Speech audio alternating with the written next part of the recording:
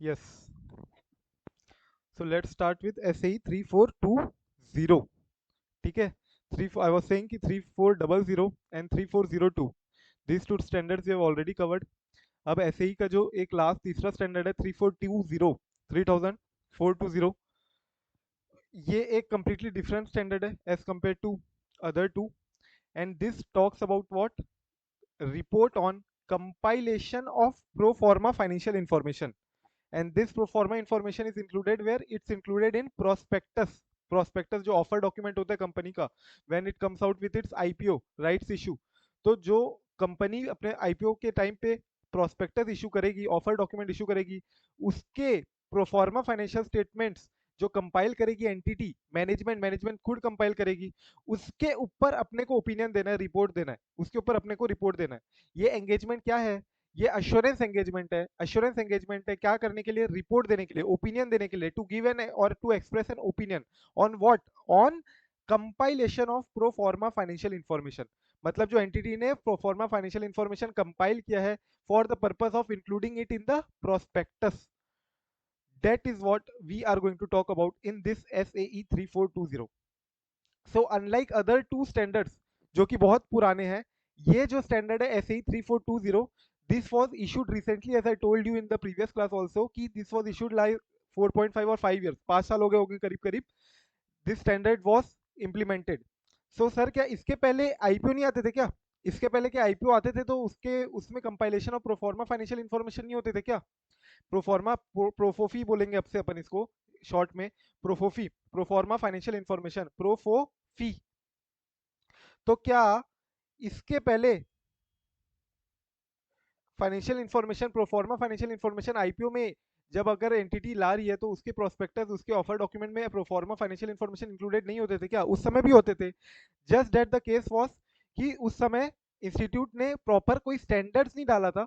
Institute का guidance note था जो कि कवर करता था, जनरल गाइडेंस था कि कैसे प्रोफॉर्मा फाइनेंशियल इंफॉर्मेशन का जो कंपाइलेशन की एंटिटी ने उसके ऊपर तुम कैसे अपना ओपिनियन दे सकते हो.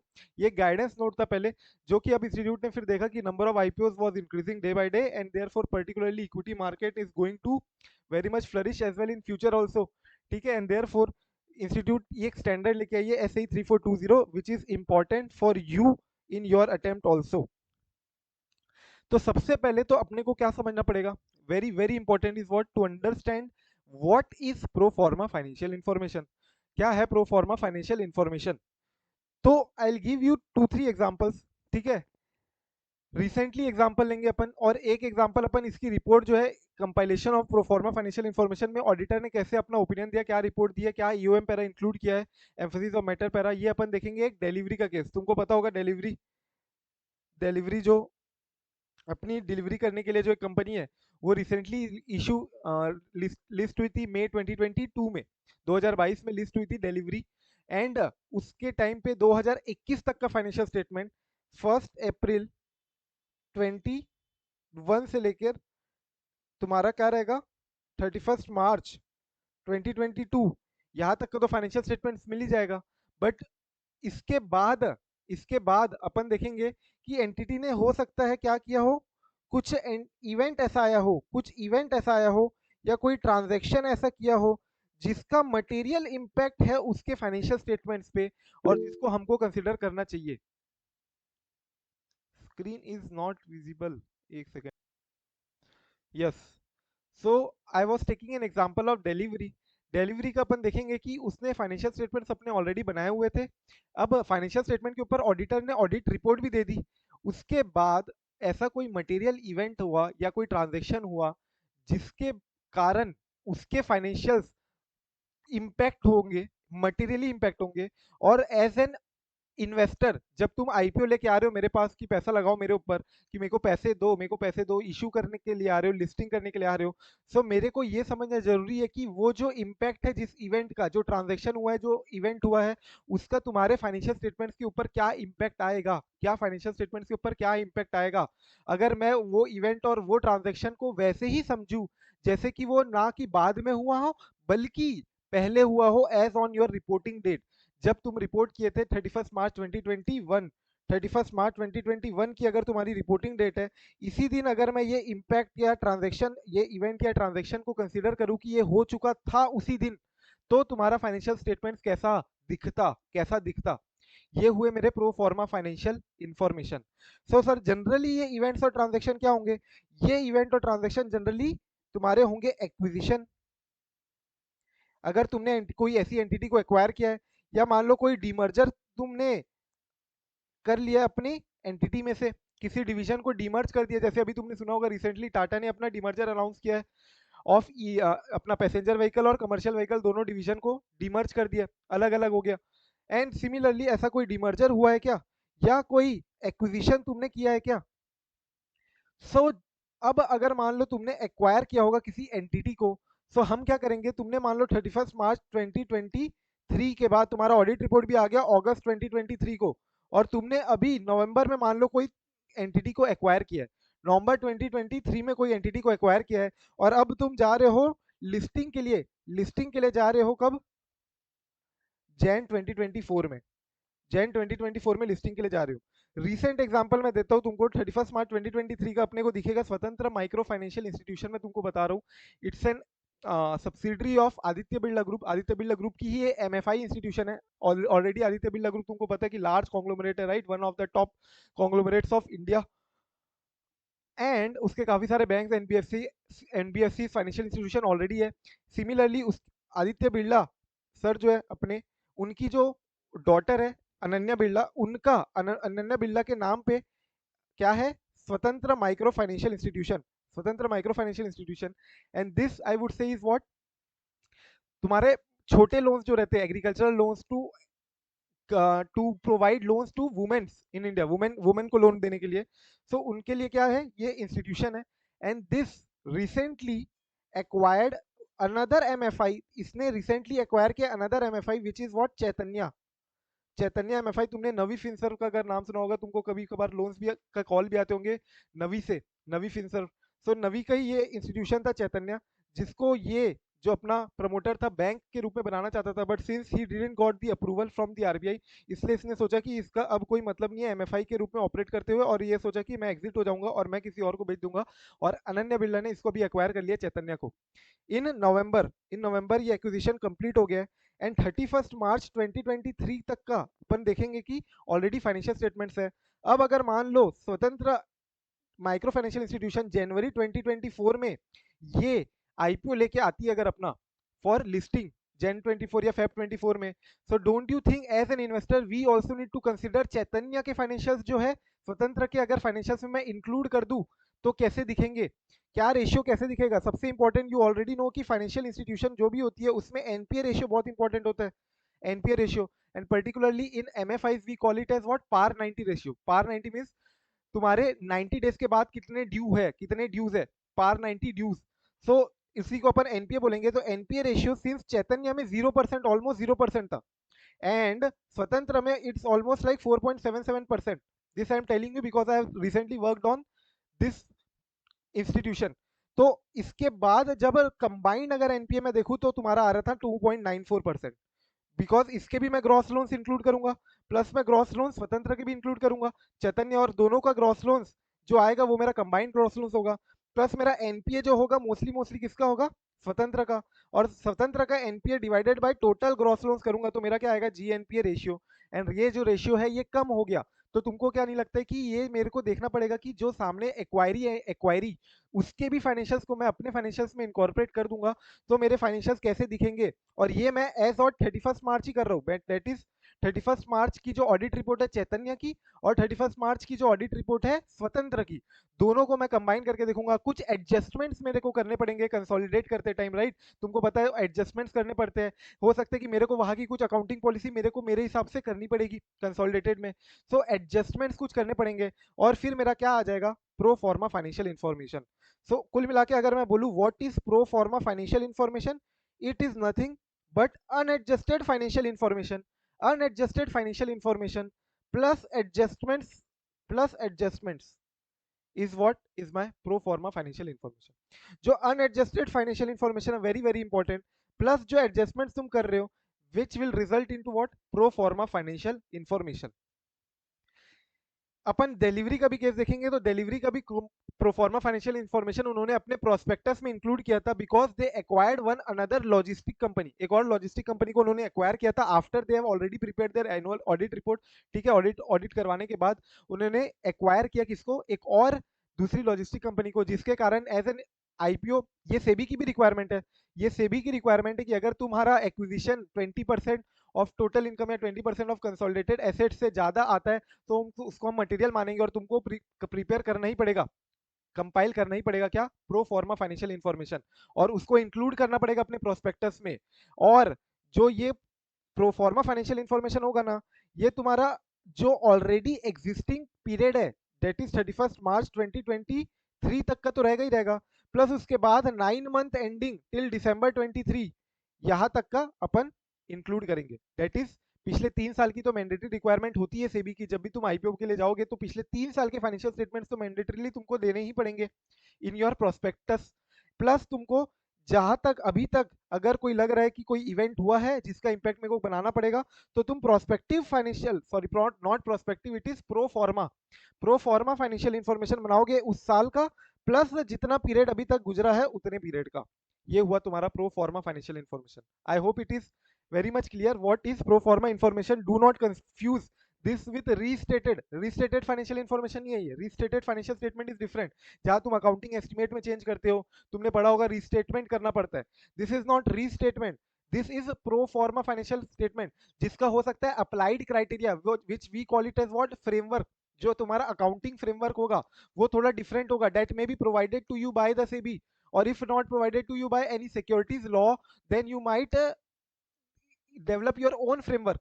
दैट इज या तो मैनेजमेंट खुद का अप्लाइड क्राइटेरिया लगाएगी, या तो तुमको सेबी देगा, या तुम्हारे को कोई सिक्योरिटीज लॉ और रेगुलेशन अप्लाइड क्राइटेरिया देगा, जिसके बेसिस में तुम ये प्रो फॉर्मा फाइनेंशियल इंफॉर्मेशन बना के सबमिट करोगे और ऑडिट करवाओगे। ऑडिट करवाओगे इन द सेंस अश्योरेंस लेना है फ्रॉम दी ऑडिटर, जिसको इस स्टैंडर्ड में इंस्टीट्यूट ने प्रैक्टिशनर बोला है। एस ए 3420 में ऑडिटर को प्रैक्टिशनर बोला है, because he is giving an assurance service, not audit service. यहाँ पे हम अश्योरेंस दे रहे हैं प्रो फॉर्मा फाइनेंशियल इंफॉर्मेशन पे, बट विच इज मोर और लेस सिमिलर टू ऑडिट, जहां पे हम मॉडिफाई ओपिनियन दे सकते हैं, अनमॉडिफाइड दे सकते हैं, एम्फोसिस ऑफ मैटर प्रोवाइड करवा सकते हैं।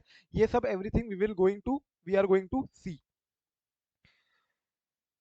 ऑब्जेक्टिव देखो यहाँ पे क्या है हमारा, इन अकॉर्डेंस विद एसएई 3420 हमारा ऑब्जेक्टिव है रीजनेबल एश्योरेंस लेना। क्या है ऑब्जेक्टिव हमारा, रीजनेबल एश्योरेंस लेना कि क्या pro forma financial information has been compiled in a material respects by the responsible party on the basis of applied criteria. Applied criteria, as I told you, is what may be provided by law and regulation, that is SEBI तुमको provide कर सकती हो सकता है, या फिर if not management can develop their own। हाँ Jitendra. Sir screen change ही नहीं हो रहा।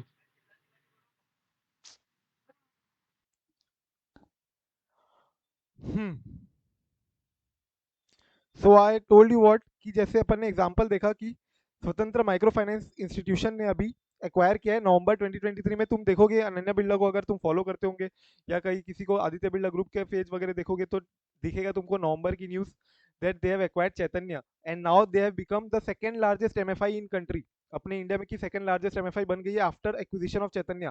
सो 900 ब्रांचेस से उनकी अब हो चुकी है 1500 ब्रांचेस आफ्टर एक्विजिशन। तो ये सारी इन्फॉर्मेशन मेरे को एडजस्टमेंट करनी पड़ेगी।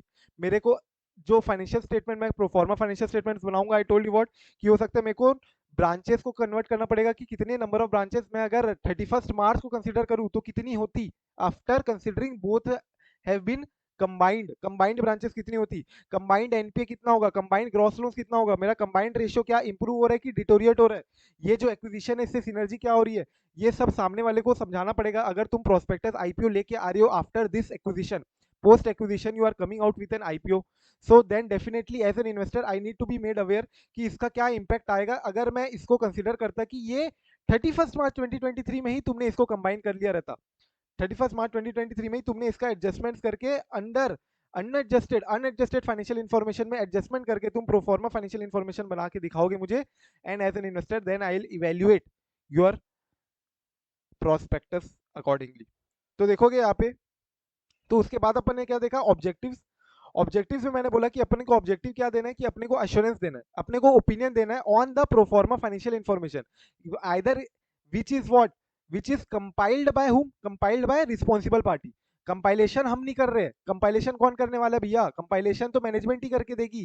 कंपाइलेशन जो प्रोफॉर्मा फाइनेंशियल इंफॉर्मेशन जो कर बना के देगी वो एंटिटी ही बना के देगी एज पर अप्लाइड क्राइटेरिया। और मैंने बताया applied criteria either might be provided by law and regulation itself SEBI, और इफ नॉट तो हो सकता है मैनेजमेंट तुमको प्रोवाइड कर पाए, मैनेजमेंट तुमको अप्लाइड क्राइटेरिया दे। सेबी ने तो ऑलरेडी प्रोवाइड किया हुआ है अप्लाइड क्राइटेरिया, लेकिन कोई और कंट्री का लॉ एंड रेगुलेशन अगर प्रोवाइड नहीं किया तो क्या मैनेजमेंट कर रही है क्या प्रोवाइड तुमको एप्लीकेबल क्राइटेरिया। और अगर हाँ तो तुमको पर्टिकुलरली अब ज्यादा कॉशन होना पड़ेगा, कॉशियस होना पड़ेगा। क्यों? क्योंकि मैनेजमेंट तो अपने नंबर्स इन्फ्लेट करके भी दिखा सकती है, अप्लाइड क्राइटेरिया ऐसा समझा के देगी जिससे उनका वैल्यूएशन ज्यादा दिखे। So this also have to be considered कि अप्लाइड क्राइटेरिया क्या है when we are considering engagement acceptance. ये सब अपन नीचे और बातें कंसिडर करेंगे। तो एक बार क्विकली देखो what is pro forma financial information. Pro forma financial information refers to financial information which is shown together with, I told you what, adjustments to illustrate the impact of an event or transaction। कोई ऐसा event या कोई ऐसा transaction, इसका impact अपन को consider करना चाहिए on UFI, UFI में कंसिडर करने के लिए एज इफ कैसे कंसिडर करने वाले, जैसे कि इवेंट ऑकर हुआ था undertaken at an earlier date selected for the purpose of the illustration. ऐसा मानेंगे कि ये इवेंट ऑलरेडी पुराने अर्लियर डेट में हो चुका है, पुराने अर्लियर डेट में हो चुका है। The proforma financial information is normally used in the offer documents to demonstrate the effect of a transaction on the financial statements. ये जो प्रोफॉर्मा फाइनेंशियल स्टेटमेंट्स है अपन ने देखा कि जनरली अपने ऑफर डॉक्यूमेंट में इंक्लूड होंगे, प्रोस्पेक्टस में तुम इंक्लूड करोगे इसको।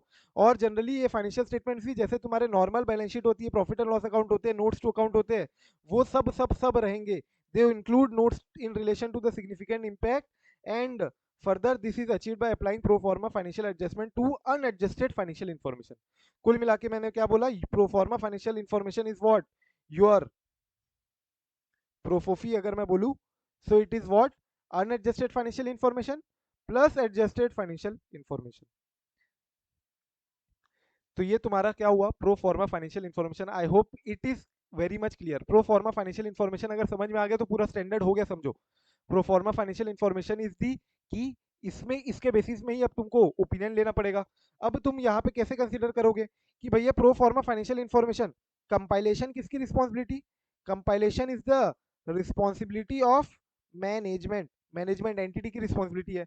हमारा क्या काम है, ऑडिटर की क्या रिस्पॉन्सिबिलिटी है, ओपिनियन देना on the compilation of pro forma financial information. तो अब हम ओपिनियन कैसे देंगे, हम देखेंगे कि अनएडजस्टेड फाइनेंशियल इंफॉर्मेशन कहाँ से आई है, अनएडजस्टेड फाइनेंशियल इंफॉर्मेशन कहाँ से आई है, एंड उसका जो सोर्स है वो अप्रोप्रिएट है कि नहीं है, वो अप्रोप्रिएट है कि नहीं। तो हमने देखा कि भैया अनएडजस्टेड फाइनेंशियल इंफॉर्मेशन तो ऑडिटेड रिपोर्ट ही है, अनएडजस्टेड फाइनेंशियल इंफॉर्मेशन तो ऑडिटेड रिपोर्ट ही होगी तुम्हारी जनरली। सिमिलरली जो एडजस्टेड फाइनेंशियल इंफॉर्मेशन है, जो जहां से हम जिसको कंबाइन कर रहे हैं, जिसको कंपाइल कर रहे हैं, उसका सोर्स क्या है और क्या वो अप्रोप्रिएट है क्या। अप्रोप्रिएटनेस का मतलब क्या हुआ, अप्रोप्रिएटनेस का मतलब तुम देखोगे कि क्या ऑलरेडी वो फाइनेंशियल इंफॉर्मेशन ऑडिटेड है, अगर ऑडिटेड नहीं है तो क्या वो रिव्यूड है। जैसे कि इस केस में मैंने तुमको बताया कि स्वतंत्र माइक्रो फाइनेंस प्राइवेट लिमिटेड जब उसने चैतन्य को एक्वायर किया, तो चैतन्य का अपन देखेंगे कि क्या, जब वो ऑडिटेड रिपोर्ट तो दोनों का कंबाइन हो गई होगा, audited report, audited financial statement, अगर सॉरी ऑडिटेड रिपोर्ट नहीं, ऑडिटेड फाइनेंशियल स्टेटमेंट तो दोनों का कंबाइन हो गई होगा। प्लस मैंने तुमको क्या बताया, 9 मंथ का भी अपन को बनाना पड़ता है pro forma financial information, although you need not know according to this standard, but as a general awareness I am telling you what, कि जब तुम pro forma financial information बनाते हो तो अपन ऑलरेडी कहाँ पे खड़े हैं, जैन फेब में खड़े हैं। अभी यहाँ तक दिसंबर 23 तक के रिजल्ट आ चुके हैं ऑलरेडी, क्वार्टरली रिजल्ट्स आ चुके हैं। सो तुम ये तीनों क्वार्टर को, दोनों तीनों क्वार्टर को, that is April to June, फिर June to September and then September to December, ये तीनों क्वार्टर को 9 मंथ कंबाइन करके तुमको बनाना पड़ेगा 9 मंथ फाइनेंशियल स्टेटमेंट भी। And this quarterly financial statement ये क्या होते हैं, ऑडिटेड नहीं होते, quarterly financial statements are reviewed, reviewed financial statements. So यही बोल रहा है यहाँ पे कि जो अब अपने को सोर्स देखना है, तो सोर्स अप्रोप्रिएटनेस कैसे चेक कर सकते हैं अपन, अप्रोप्रिएटनेस देखेंगे कि क्या ये ऑडिटेड है, और अगर ऑडिटेड नहीं है तो क्या ये रिव्यूड है, और अगर नहीं है तो अपन एंटिटी को बोलेंगे कि भैया एक अलग से ये फाइनेंशियल स्टेटमेंट्स तुम बनाओ पहले अनएडजस्टेड, और उसको ऑडिट या रिव्यू करवाओ। जनरली ऐसा होगा, जनरली तुम देखेंगे अपन, तो डिलीवरी का भी अपन केस देखेंगे, तो उन्होंने जो फाइनेंशियल स्टेटमेंट्स है वो उन्होंने अलग से special purpose framework, that is this is what, ये जो अप्लाइड क्राइटेरिया है, applied criteria framework it is provided by SEBI, ये स्पेशल पर्पस फ्रेमवर्क के तहत फाइनेंशियल स्टेटमेंट्स एंटिटी बनवाएगी और इसको ऑडिट करवाएगी और फिर हमको प्रोवाइड करेगी और हम दोनों को कंबाइन करेंगे accordingly. That is your pro forma financial information. Objective मैंने बता दिया, ऑब्जेक्टिव यहाँ पे है अपनों को रीजनेबल एश्योरेंस देना कि proforma financial information is prepared in all material respect as per applied criteria, जैसे अप्लाइड क्राइटेरिया के हिसाब से बनना चाहिए था वैसा बना है कि नहीं बना है, एंड अकॉर्डिंगली हमको रिपोर्ट करना इन accordance with the practitioners finding. मैंने क्या बताया, ऐसे ही 3420 में ऑडिटर के जगह यहाँ पे प्रैक्टिशनर यूज किया है, यहाँ पे वर्डिंग, तो तुमको भी ध्यान रखना पड़ेगा कि तुम ऑडिटर यूज मत करो, वर्डिंग क्या यूज करोगे, प्रैक्टिशनर। अभी तक अपन ने देख लिया क्या, प्रो फॉर्मा फाइनेंशियल इंफॉर्मेशन के बारे में। अब मैं सीधा तुमको एक बार डिलीवरी की जो रिपोर्ट है, report on compilation of pro forma financial information, directly अपन वो देखते हैं, तुमको उससे पूरा का पूरा स्टैंडर्ड ही क्लियर हो जाएगा। ठीक है, पूरा का पूरा स्टैंडर्ड क्लियर हो जाएगा। लेट्स सी, ये 2022 में डिलीवरी ने अपनी आईपीओ लेके आया था and therefore they came out with IPO on, जब उन्होंने रेड हेरिंग प्रोस्पेक्टस वगैरह फाइल किया था तो that was already till the time Feb March में, ठीक है, फेब में जब चल रहा था उनका। सो इस केस में जब उन्होंने आईपीओ प्रोस्पेक्ट, आईपीओ तुम्हारा लिस्टिंग हुई है मई में, बट जो प्रोसेस है वो ऑलरेडी चालू हो जाती, राइट। सो ये जो उन्होंने प्रोस्पेक्टस फाइल किया था already, so that has to include certain event और transaction also if it had occurred after balance sheet audit report date, after audit report date, and that is considered to be a material, and as per SEBI तुमको proforma financial information बना के अपने prospectus में include करना पड़ता है, मैंने बताया। सो यहाँ पे इस केस में मैंने तुमको बताया कि इनका क्या इवेंट था, इनका इवेंट ये था कि इन्होंने किसी एक और दूसरी लॉजिस्टिक कंपनी को एक्वायर कर लिया था। तो देखो यहाँ पे सबसे पहले अपनी रिपोर्ट में वही आएगा, देखो ये report very very important for us to consider, because इससे तुम्हारा पूरा चैप्टर हो जाएगा, जो रिपोर्टिंग के कितने एलिमेंट्स होते हैं, एलिमेंट्स का फॉर्मेट देखना, रिपोर्ट का क्या फॉर्मेट होगा, मॉडिफाइड ओपिनियन दोगे क्या, कैसे दोगे, ईयूएम पैरा दोगे तो क्या डालोगे ईयूएम पैरा में, ईयूएम पैरा दे सकते हो क्या, everything everything we will be discussing here, and thereafter it won't be much effort that will need to take to complete this standard. तो ध्यान से अपन एक बार ये रिपोर्ट को देखते हैं। देखो, इंडिपेंडेंट प्रैक्टिशनर्स अश्योरेंस रिपोर्ट है ये ऑन द कंपाइलेशन ऑफ प्रोफोफी, और ये कैसा प्रोफोफी है, कंसोलिडेटेड फाइनेंशियल इंफॉर्मेशन है। क्या भैया डिलीवरी की क्या एक ही है क्या, उसकी और सब्सिडरी ब्रांचेस भी होगी, ये कंसोलिडेटेड फाइनेंशियल इंफॉर्मेशन है, included in a red herring prospectus and prospectus offer document in connection with the proposed IPO of Delhivery limited, formerly known as Delhivery private limited, लेकिन सिंस तुम आईपीओ लेके आ रहे हो तो तुमको पब्लिक लिमिटेड कंपनी करके आईपीओ लिस्टिंग करवानी पड़ेगी। सो ये हम रिपोर्ट किसको दे रहे हैं, देखो एड्रेस ही कौन होगा, जनरली हम बोर्ड ऑफ डायरेक्टर को रिपोर्ट देते हैं। मतलब क्या है, मैं ये बोल सकता हूँ कि क्या ये रिस्ट्रिक्टेड रिपोर्ट है, क्या ये जनरल पब्लिक की रिपोर्ट है, क्या नहीं है, ये शेयर होल्डर्स के लिए है क्या, नहीं है, ये रिस्ट्रिक्टेड इंटेंडेड यूज के लिए रिपोर्ट है। इंटेंडेड यूज इसका क्या है, इंटेंडेड यूज इसका यह है कि मैनेजमेंट जो है, जो बोर्ड ऑफ डायरेक्टर्स है, इस रिपोर्ट को अपने प्रोस्पेक्टस में इंक्लूड करेंगे। अपना जहां जहां लॉ एंड रेगुलेशन रिक्वायर करता है, एमसीए को फाइल करना है, राइट, एमसीए को फाइल करना है, सेबी को फाइल करना है, अपने प्रोस्पेक्टस में डालना है, ये सब ही इसका काम है। इसका रिपोर्ट को जनरल, इसके अलावा इंटेंडेड यूज के अलावा और कोई यूज में मत लाना, ये अपन देखेंगे कि इंटेंडेड यूज होगा इसका to the board of directors Delhivery limited, अपने जो बोर्ड ऑफ डायरेक्टर्स है। Report on compilation of proforma consolidated financial statement included in the offer document, ये हो गया अपना टाइटल हेडिंग। सबसे पहले तो तुम्हारा स्टैंडर्ड ऑन ऑडिट में अपन जो रिपोर्ट इशू करते हैं, सेम यहाँ पे भी अपन को वही करना है कि जैसे अपन स्टैंडर्ड ऑन ऑडिट में जब अपन नॉर्मल ऑडिट करते हैं तो अपन क्या बोलते हैं कि we have conducted audit in accordance with the standards on audit, right, and we say what कि हमने जो रिपोर्ट इशू की है वो ये एंटिटी की है, इसके ये balance sheet as on specified date, profit and loss account and cash flow statement for the year ended, accordingly notes to accounts for the year ended.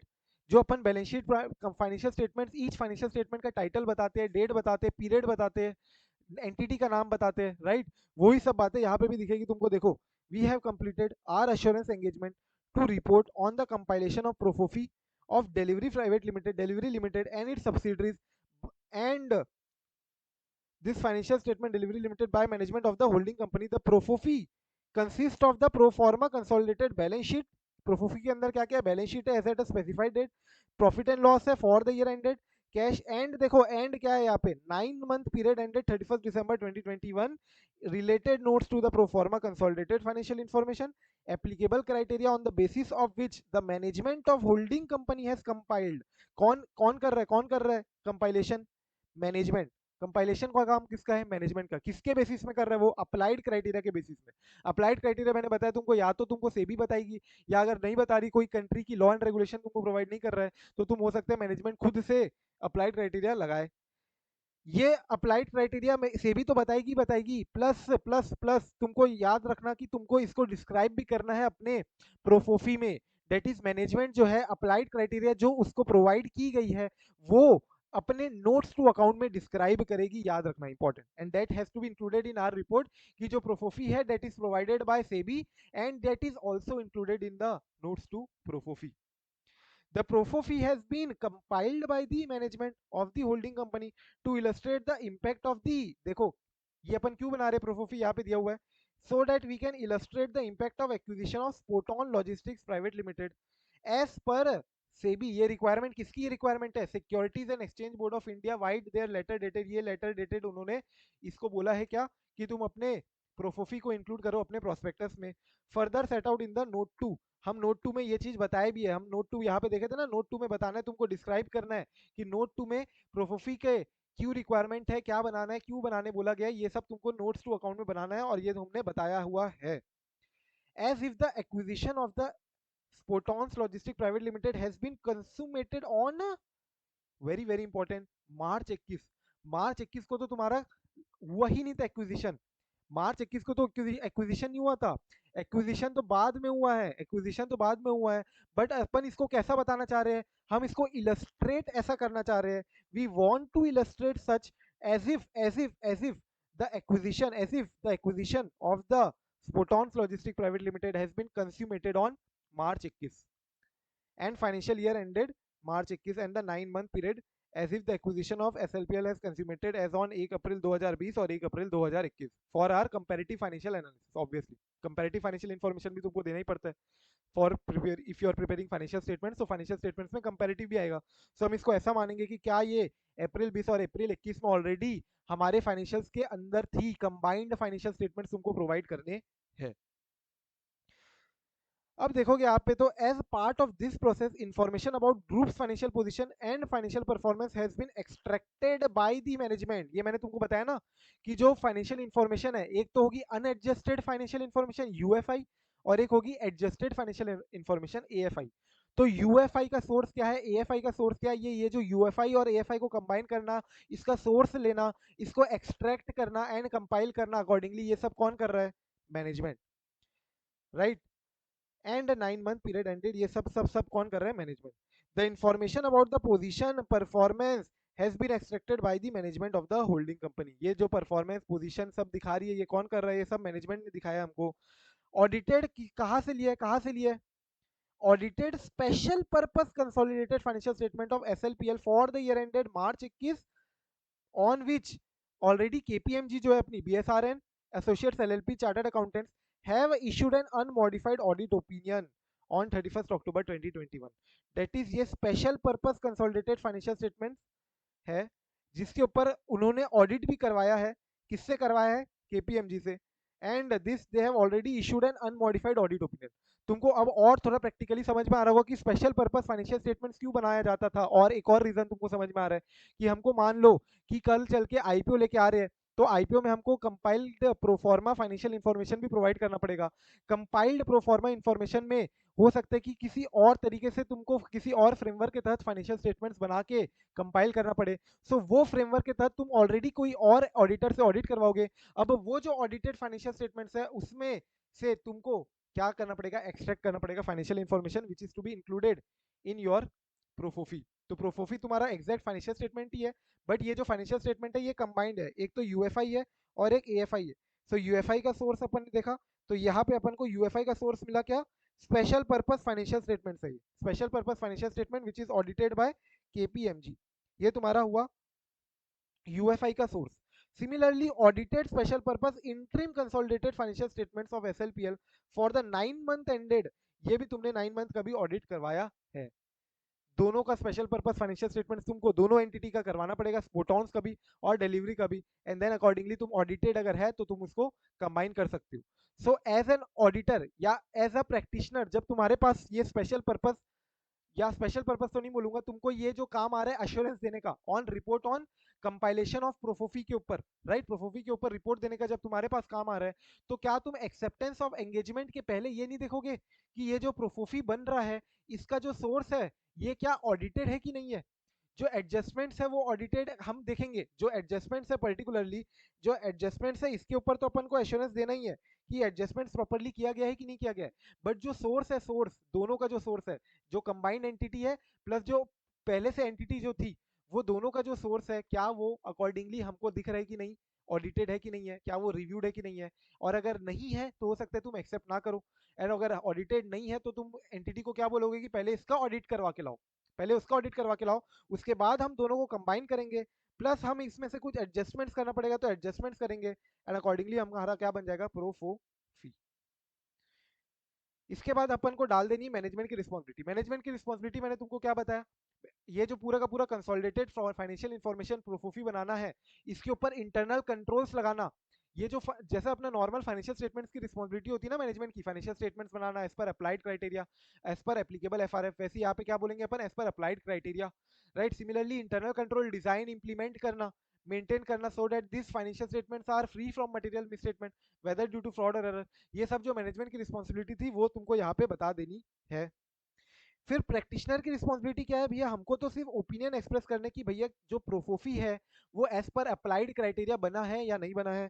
हमने जो एंगेजमेंट किया है, we have conducted our engagement as per SAE.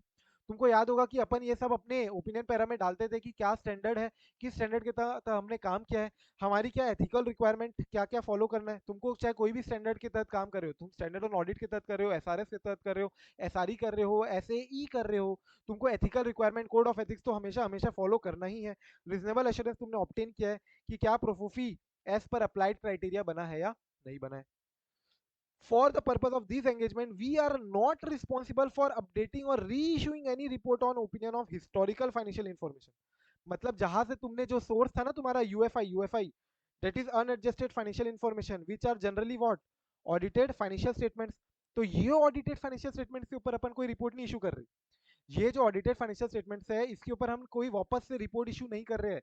हम तो क्या कर रहे हैं, जो यूएफआई है अनएडजस्टेड फाइनेंशियल इंफॉर्मेशन, उसमें जो एडजस्टमेंट्स है, उसमें जो एडजस्टमेंट्स है, ये एडजस्टमेंट्स के ऊपर अपना ओपिनियन दे रहे हैं। अकॉर्डिंगली इसके कारण क्या बन रहा है तुम्हारा प्रोफो फी। तो प्रोफोफी जो यूएफआई है ये तो जनरली क्या होगा, जनरली ऑडिटेड मिलेगा तुमको। तुमको ये दोनों ऑडिटेड फाइनेंशियल स्टेटमेंट जब तुम कंबाइन कर रहे हो तो इसके ऊपर में जो एडजस्टमेंट्स कर रहे हो, ये एडजस्टमेंट्स के ऊपर अब तुमको एश्योरेंस देना है basically, and then you will be giving your assurance on ProFoFI. मतलब तुमको एडजस्टमेंट्स मोटा माटी चेकिंग करनी है, सो अकॉर्डिंगली तुम्हारा ओपिनियन आ जाएगा प्रोफोफी पे, क्योंकि यूएफआई तो एज इट इज है, उसमें तुम कोई चेंजेस नहीं कर रहे हो, that is audited financial statements. Plus तुमको क्या करना है, बस अपना ओपिनियन देना है कि तुम्हारे जो एडजस्टमेंट्स कैरी आउट की है एंटिटी ने वाइल प्रिपेयरिंग और compiling the ProFoFI, that is correct or not. So for our assurance engagement we have place reliance on the following. हमने किसके ऊपर रिलायंस किया है, एक तो तुमने जो consolidated summary statements of the group, जो तुम्हारे कंसोलिडेटेड समरी स्टेटमेंट है उसके ऊपर रिलाई किया है, and special purpose consolidated financial statement of Spotons logistic private limited उसके ऊपर रिलाई किया है। मतलब जो तुम्हारा यूएफआई है, यूएफआई यूएफआई मतलब अनएडजस्टेड फाइनेंशियल इंफॉर्मेशन, उसमें दोनों आ गया। एक तो तुम्हारा समरी फाइनेंशियल स्टेटमेंट जो है, समरी फाइनेंशियल स्टेटमेंट्स, ये देखो यहाँ पे क्या दिया, consolidated summary statements of the group for the 9 month period ended relevant financial information of, ये तुम्हारा किसका हो गया, डिलीवरी का, डेट इज प्री एक्विजिशन वाला। प्लस तुमने स्पोटॉन्स प्राइवेट लॉजिस्टिक लिमिटेड का भी फाइनेंशियल स्टेटमेंट्स, जो स्पेशल पर्पस फाइनेंशियल स्टेटमेंट्स है उसको भी कंसीडर किया है और दोनों को कंपाइल किया है। तो तुम्हारा जो यूएफआई है that is compilation of audited financial statements, audited financial statements. अब तुम यूएफआई में तुम एडजस्टमेंट्स करोगे and that is what you will say कि purpose of proforma consolidated financial information included in the offer document is solely to illustrate. हमारा क्या objective था बोलो, हमारा ऑब्जेक्टिव क्या था कि हमको ये इलस्ट्रेट करवाना क्या कि कोई इंपैक्ट है किसका, सिग्निफिकेंट इवेंट या ट्रांजेक्शन का। कोई ऐसा इवेंट या ट्रांजेक्शन हुआ है after the auditor's report, and that we want to illustrate the impact of that event or transaction as if that event or transaction has occurred as on the previous date of the financial year. मतलब तुमको ऐसा मान के करना है कि ये जो इवेंट और ट्रांजेक्शन पहले हो चुका है, तो तुम्हारे फाइनेंशियल्स कैसे दिखते. Illustrate the impact of the significant event or transaction on unadjusted financial information of the group as if the event had occurred or the transaction had been undertaken at an earlier date selected for purpose of this illustration. Accordingly, we do not provide any assurance that the actual outcome as at 31 March 2021 और दिसंबर 2021 में जो actual outcome तुमको दिख रहा है ना प्रोफोफी में, वो सेम टू सेम वैसा ही होता पहले भी. ये हम कोई एश्योरेंस इसके ऊपर नहीं दे रहे. हमारा ये क्या है, हम बोल रहे कि हम इलस्ट्रेट करवाना चाहते हैं कि कोई सिग्निफिकेंट इवेंट या ट्रांजेक्शन जो बाद में हुआ था वो सेम टू सेम अगर हम इसको as on previous date as earlier date पे भी देखते तो कैसा दिखता. लेकिन एश्योरेंस नहीं है कि सेम जो जैसा दिख रहा है रिजल्ट वैसा का वैसा रिजल्ट ही हो. एंड ये क्या है, ये रीजनेबल एश्योरेंस एंगेजमेंट है. मैंने तुमको ऑलरेडी बताया, ऑब्जेक्टिव में ही अपन ने देख लिया था. ऑब्जेक्टिव क्या है कि हमको रीजनेबल एश्योरेंस प्रोवाइड करना है किसके ऊपर, कि क्या प्रोफोफी जो है वो अप्लाइड क्राइटेरिया के हिसाब से ऑल मटेरियल रिस्पेक्ट्स में बने हैं या नहीं बने हैं. It is prepared on the basis of the applied criteria. It is prepared on the basis of applied criteria.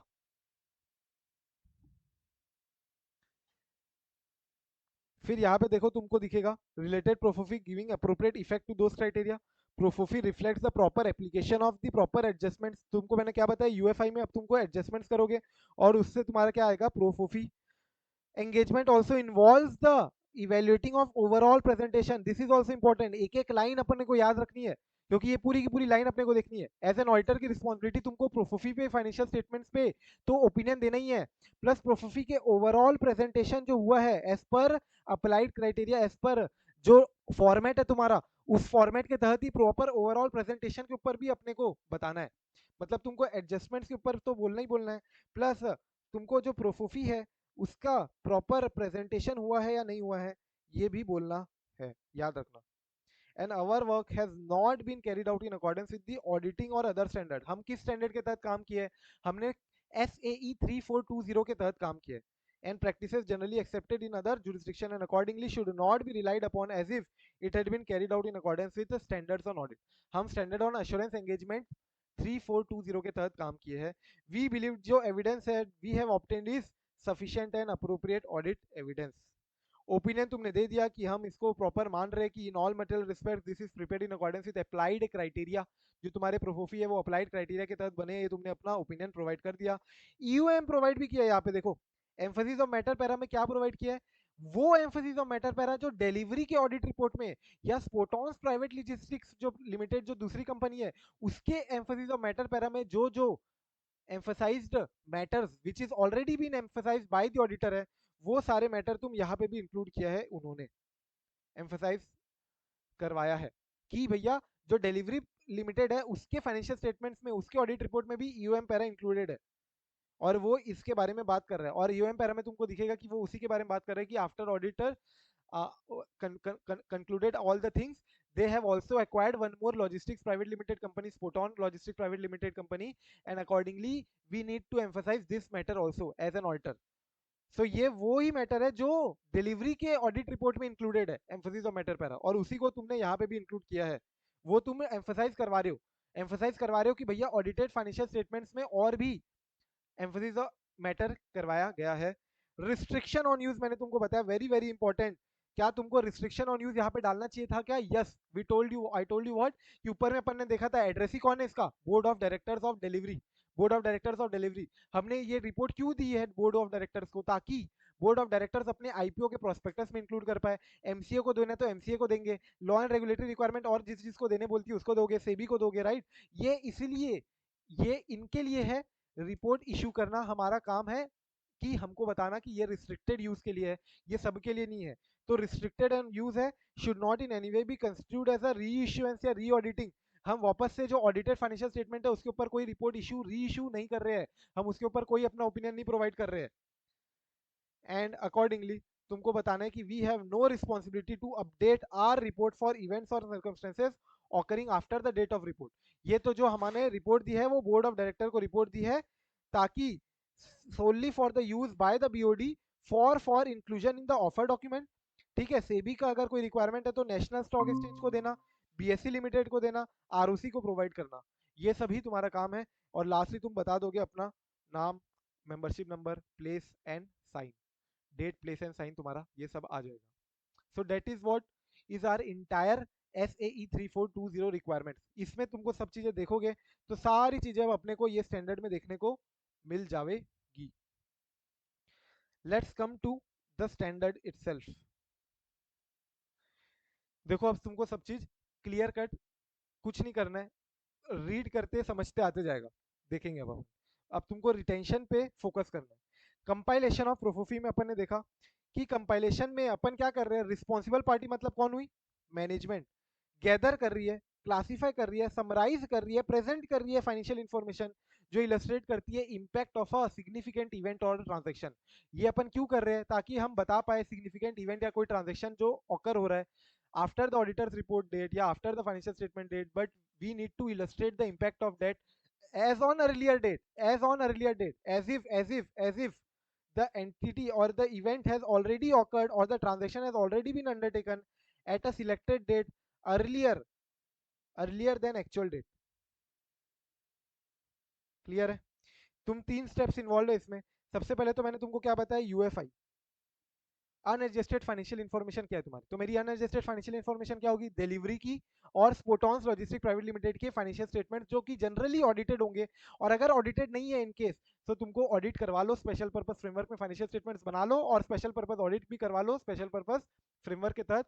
And generally तुम्हारे यूएफआई क्या होंगे, audited financial statements of acquirer and audited financial statements of acquiree.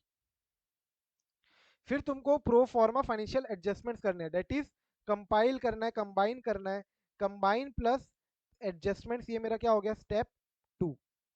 Pro forma adjustments to the UFI for the purpose for which PFI pro forma ProFoFI is presented. And thirdly is present करना result, presenting the result of ProFoFI with the accompanying disclosure. Obviously किसको present करना, compilation करवा के हमको जहां जहां requirement है compiled financial statements provide करने की, वहां पे प्रेजेंट करना। तो प्रेजेंट करने के लिए डेफिनेटली तुम्हारी ये भी रिक्वायरमेंट है कि तुमको एक एश्योरेंस ले लेना चाहिए प्रैक्टिशनर से, जो कि अपन ऐसे ही 3420 से ले रहे हैं।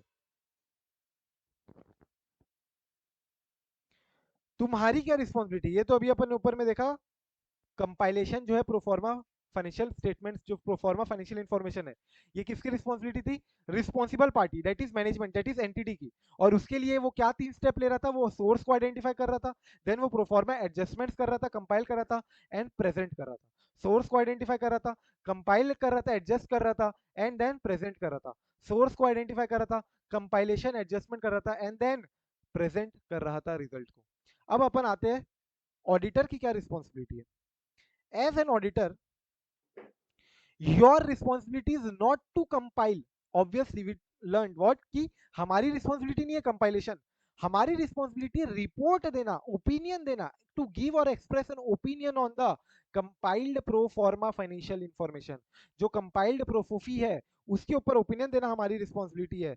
The practitioner has no responsibility to compile the ProFoFI, ProFoFI को कंपाइल करना मैनेजमेंट का काम।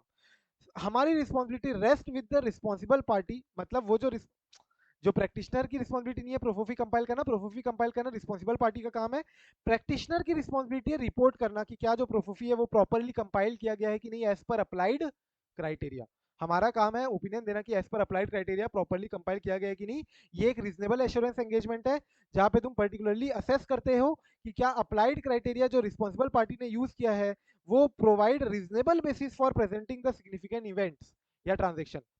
तो जो अप्लाइड क्राइटेरिया है वो प्रॉपर तुम्हारे वो सिग्निफिकेंट इवेंट और ट्रांजेक्शन जो दिखने चाहिए वो दिखा रहे हैं या नहीं दिखा रहे। ये तुम्हारा हुआ बेसिक्स अभी तक का। अब अपन देखेंगे 5 steps which is involve in such an engagement. तो कोई भी एंगेजमेंट हो, कोई भी एंगेजमेंट हो, सबसे पहले तो अपने को देखना चाहिए क्या हम इसको एक्सेप्ट करें या ना करें। ये जो एंगेजमेंट है whether we should accept this engagement or not, whether we should accept the engagement or not.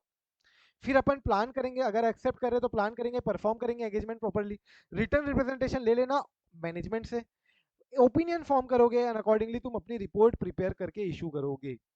Getting this?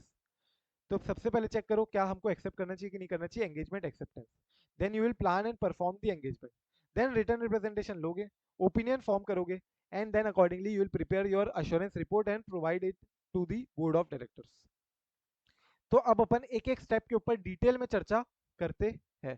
क्या यहाँ तक किसी को कोई डाउट, एनीथिंग रिलेटेड टू प्रोफोफी? प्रोफोफी समझ लिया, यानी पूरा का पूरा स्टैंडर्ड तुम्हारा हो गया मोटा माटी।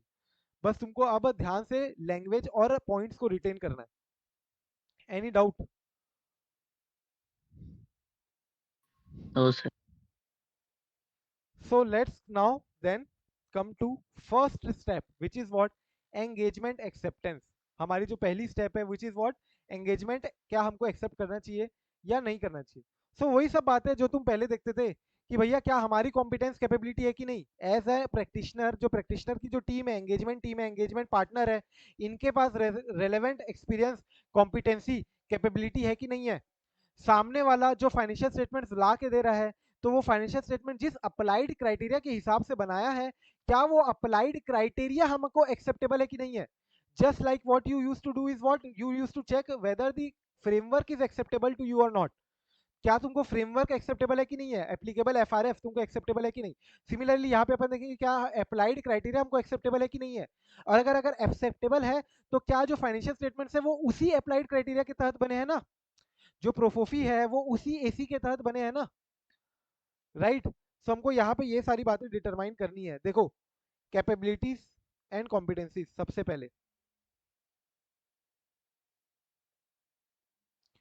कैपेबिलिटीज एंड कॉम्पिटेंसीज, फिर वो जो अप्लाइड क्राइटेरिया वो क्या हमको सूटेबल है ना, and that it is unlikely that the ProFoFI will be misleading for the purpose for which it is intended. मतलब वो जो अप्लाइड क्राइटेरिया हमको सूटेबल भी होना चाहिए, और जो तुम्हारे प्रोफोफी है वो उस अप्लाइड क्राइटेरिया के तहत बनने चाहिए, ताकि वो ना मिसलीडिंग हो, मिसलीडिंग ना हो। फिर ओपिनियन की वर्डिंग देखोगे तो यहाँ पे तुमको वर्डिंग दिखेगी, पॉजिटिव वर्डिंग है, ठीक है।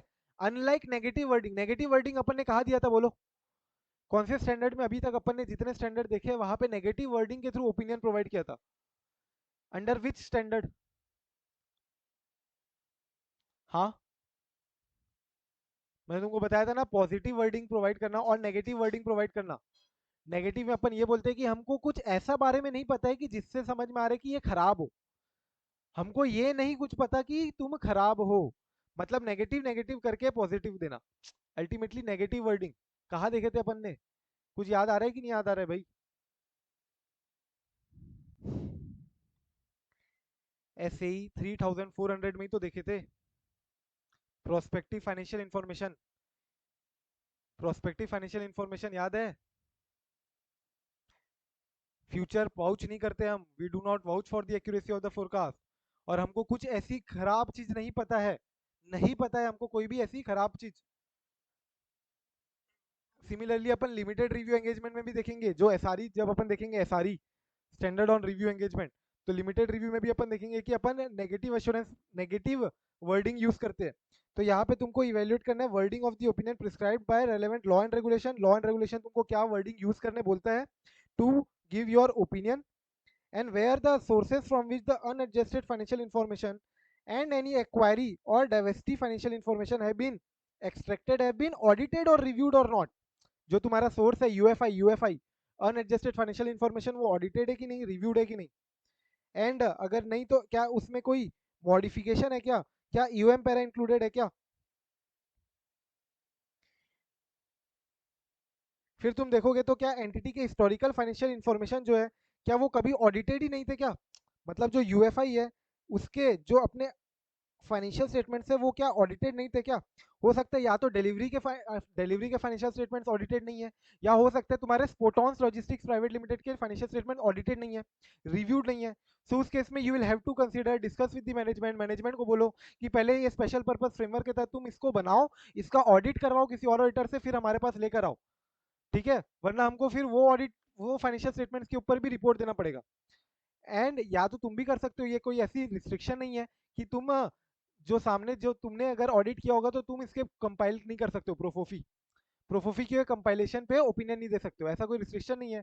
But generally this is done by the entity, they have already audited their ProFoFI they are historical financial statements and ये जो ऑडिटेड फाइनेंशियल स्टेटमेंट्स है, ये दोनों को मैं कंबाइन करके देखता हूँ क्या इसमें एडजस्टमेंट्स करनी है, और मुझे एंटिटी की सफिशिएंट अंडरस्टैंडिंग है, ये सब भी देखोगे जब तुम्हारे पास एंटिटी आ रही है, तुम एक्सेप्टेंस के लिए देख रहे हो जब, एंड अगर क्या इवेंट और transaction includes an acquisition, generally मैंने बताया ना केस, जनरली एक्विजिशन के टाइम पे historical financial information has never been audited और रिव्यूड है क्या, एंड कंसिडर करना पड़ेगा उसमें क्या, फिर उस केस में practitioner can obtain a sufficient understanding of the inquiry और नॉट।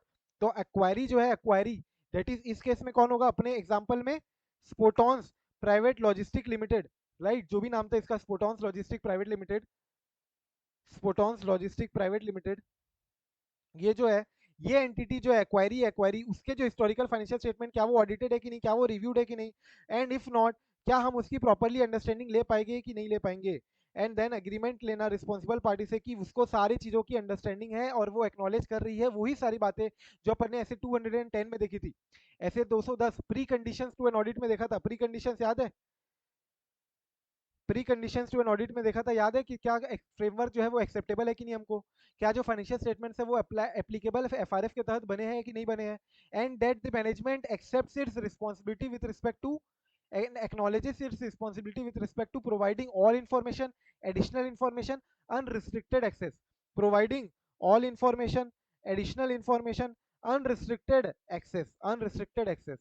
तो तुमको यही मिलेगा यहाँ पे भी देखोगे तो adequately disclosing and describing the applied criteria, जो तुम्हारा है अप्लाइड क्राइटेरिया वो सही है ना, जो तुम्हारे प्रोफोफी है वो अप्लाइड क्राइटेरिया एप्लीकेबल क्राइटेरिया के तहत ही बने हैं ना, and that the management accepts its responsibility and understand and acknowledges that it will provide all the information to you, it will provide any additional information also, and it will provide unrestricted access, all information, additional information, unrestricted access, same to same preconditions to an audit 210 वाला है, बस यहाँ पे wording change है, यहाँ पे financial statement की जगह क्या है, proforma financial information, compiled proforma financial information, framework के तहत क्या है, अप्लाइड क्राइटेरिया।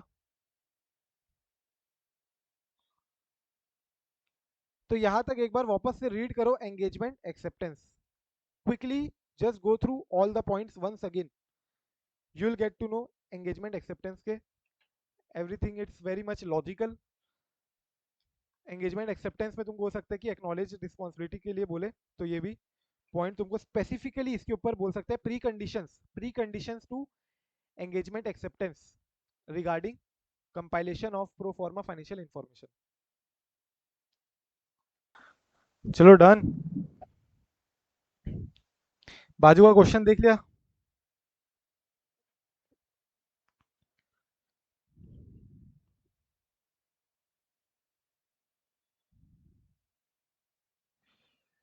प्री कंडीशंस के ऊपर क्वेश्चन पूछा है उसने, जो अपन ने प्री कंडीशंस वाले पॉइंट देखे ना, कि मैनेजमेंट को अंडरस्टैंड करना है, एक्नॉलेज करना है रिस्पॉन्सिबिलिटी उसकी रिगार्डिंग की उसको अप्लाइड क्राइटेरिया जो है वो क्या है, applied criteria whether is it acceptable intended users के लिए, and whether this are publicly available, फिर उसको कंपाइल करना, जो प्रोफोफी है उसको as per applied criteria compile करना, ये भी मैनेजमेंट की रिस्पॉन्सिबिलिटी, वो अंडरस्टैंड कर रहे हैं, वो एक्नॉलेज कर रहे हैं ये सारी बातें, एंड वो जो प्रैक्टिशनर है, जो तुम्हारा ऑडिटर है, यहाँ पे ऑडिटर को क्या बोला गया, प्रैक्टिशनर, तो प्रैक्टिशनर वर्ड ही यूज करना तुम भी, ठीक है, providing the practitioner with all information, additional information, unrestricted access, and since generally प्रोफोफी अपन देखे क्या है के लिए, एक्वायरर मतलब जो तुम्हारा एक्विजिशन हो रहा है या जो भी इवेंट या ट्रांजेक्शन ऐसा होता है जनरली एक्विजिशन का होता है, सो इसीलिए फोर्थ एडिशनल पॉइंट क्या है, we when needed for purpose of the engagement access to appropriate individuals within the acquirees in a business combination, मतलब हम डिलीवरी प्राइवेट लिमिटेड के प्रोफोफी को तो कंपाइल करके, जो प्रोफोफी को कंपाइल किया है डिलीवरी प्राइवेट लिमिटेड ने, उसके ऊपर रिपोर्ट देते टाइम जो स्पोटॉन्स लॉजिस्टिक प्राइवेट लिमिटेड है उसके इंडिविजुअल्स के साथ बात करना, जैसे अभी तुम ऐसा मत बोलो कि ये डिलीवरी का ही पार्ट हो गया ना, उसने तो एक्वायर कर लिया, हाँ पार्ट जरूर हो गया, but that might be operating separately as a separate entity till now, जैसे स्वतंत्र ने भी चैतन्य को जब एक्वायर कर लिया है, बट अभी भी चैतन्य ऑलरेडी अपना ऑपरेट कर रही है, जस्ट दैट उसकी शेयर होल्डिंग स्वतंत्र की आ गई है, बोर्ड ऑफ डायरेक्टर स्वतंत्र ने काफी सारे अपने यहाँ पे डाल दिए, बट उसका जो मेन चेयरमैन था और जो मेन ऑपरेशनल जो काम कर रहा था CFO, he is still the same, मतलब समझ रहे हो ना, this is still operating under the name of Chaitanya only, disburse करना, लोन वगैरह देना, सब चीज एवरीथिंग, सो इसलिए वहां के जो स्टाफ है उनके साथ बातें करना, ये सब की भी मैनेजमेंट को हमको प्रोवाइड करवाना पड़ेगा, उनकी रिस्पॉन्सिबिलिटी है कि they need to provide access to the appropriate individuals within the acquiree's business combination, within the acquiree's business combination.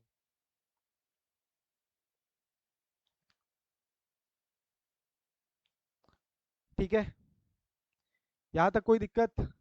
आगे बढ़े। Planning and performing the engagement.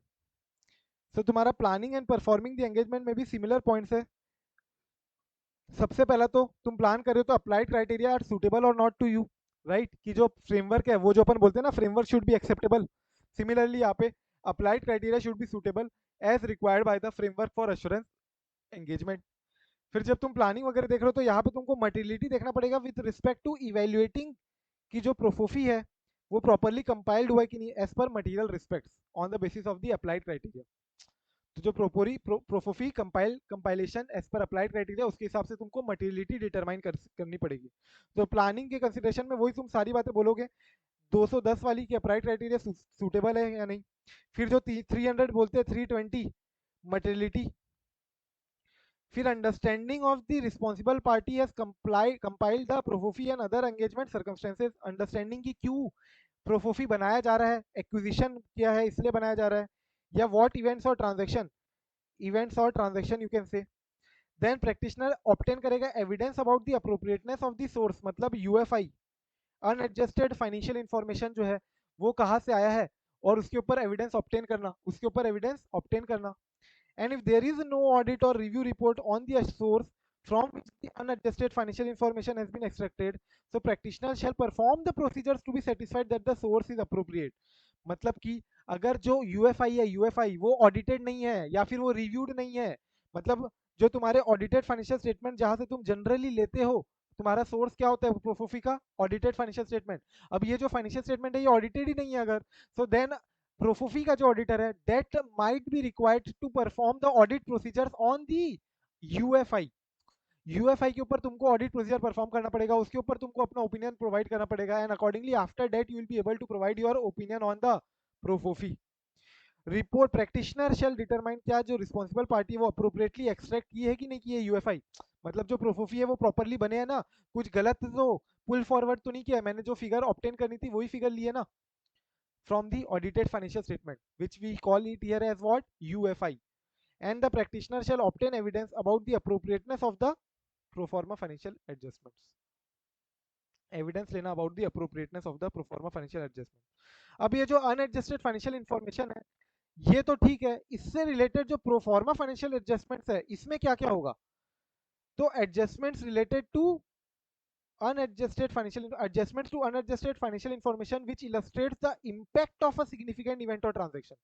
तो मैंने तुमको बताया ना, ये जो तुमको इम्पैक्ट इंक्लूड करना है, तो तुमको हो सकता है दोनों के ग्रॉस लोन्स इंक्लूड करना पड़ेगा, ठीक है, दोनों के एनपीए जो है एब्सोल्यूट नंबर में ये दोनों के इंक्लूड करना पड़ेगा, एंड अकॉर्डिंगली तुम्हारा एनपीए रेशियो आएगा अलग से, एनपीए बाय ग्रॉस लोन्स, ये थोड़ा हो सकता है ज्यादा है या कम है, अकॉर्डिंगली तुमको कंबाइन करना पड़ेगा, ये इम्पैक्ट इलस्ट्रेट करवाना पड़ेगा क्या, impact of significant event or transaction as if this event or transaction has happened on a earlier date, at which date we want to illustrate, at that date where we want to illustrate। and similarly ये adjustments include होंगे that are necessary for the profofy to be compiled on a basis consistent with the financial reporting framework। जो तुम्हारा framework है, जो तुम्हारा applied criteria है उसके तहत जो एडजस्टमेंट करना पड़ेगा, या जो तुम्हारी अकाउंटिंग पॉलिसी हो सकता है, एक्वायरर की अकाउंटिंग पॉलिसी अलग हो और एक्वायरी की अकाउंटिंग पॉलिसी अलग हो, तो हो सकता है दोनों का कंसिस्टेंट होना चाहिए, हार्मोनाइजेशन ऑफ अकाउंटिंग पॉलिसी करवा के तुमको कुछ एडजस्टमेंट्स उसके रिगार्डिंग भी करना पड़ सकता है। तो एक तो कंबाइनेशन कंपाइल करोगे, कंबाइन करोगे right, of a UFI of both unadjusted financial information of the source, जो सोर्स है जो तुम्हारा जनरली क्या होगा ऑडिटेड फाइनेंशियल स्टेटमेंट, वो तुम एडजस्टमेंट्स करोगे, प्लस तुमको हो सकता है कुछ अकाउंटिंग पॉलिसी भी एडजस्ट करना पड़े to provide it to be consistent with the group, to provide it to be consistent with the group, जो तुम्हारी अकाउंटिंग पॉलिसी है वो कंसिस्टेंट होनी चाहिए, वो हार्मोनाइज्ड होनी चाहिए with the group accounting policies. मैंने फिर तुमको बताया था कि हमको ओवरऑल प्रेजेंटेशन के ऊपर पे भी बातें करनी है क्या, we also have to evaluate the overall presentation of the प्रोफोफी। सिर्फ एडजस्टमेंट्स को नहीं देखना है, हमको ये भी देखना है कि जो फ्रेमवर्क के तहत जैसा प्रेजेंटेशन होना चाहिए, जैसा फॉर्मेट होना चाहिए वैसा ही है ना, evaluate the presentation and read the other information in the prospectus. तुमको पता है और प्रोस्पेक्टस 300-400 पेज का होता है, राइट। एंड जो तुम्हारा प्रोस्पेक्टस है उसमें अकॉर्डिंगली ये जो फाइनेंशियल स्टेटमेंट तुमको दिख रहा है वही फिगर्स यूज की गई होगी एंटिटी ने अपने अदर इन्फॉर्मेशन में भी।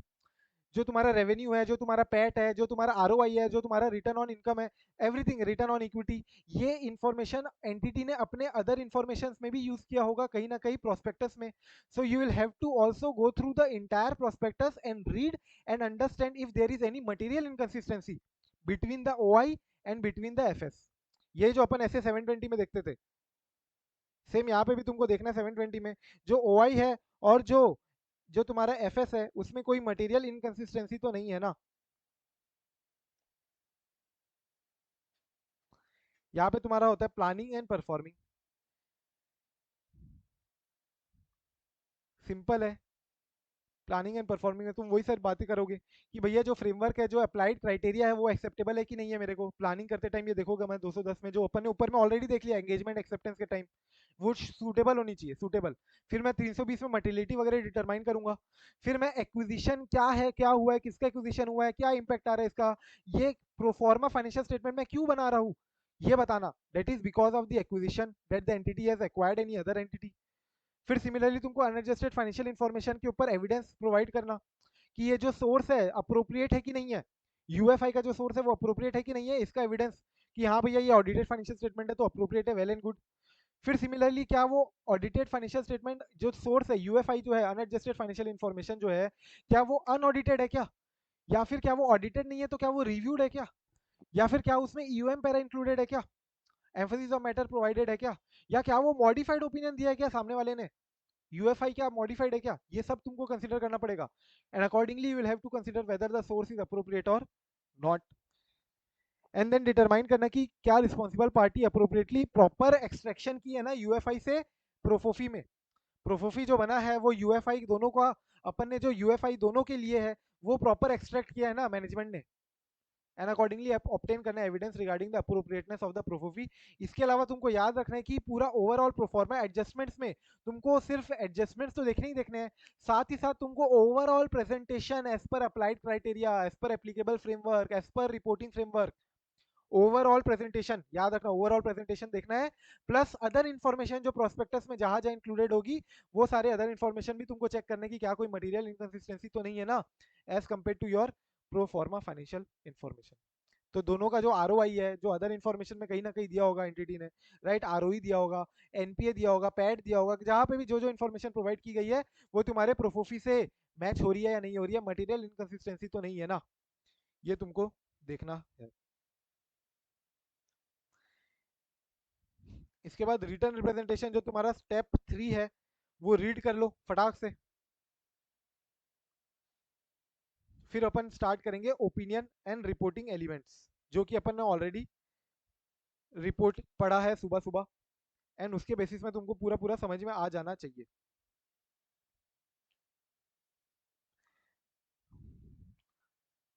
फटाफट से रिटर्न रिप्रेजेंटेशन पढ़ लो। Yes sir.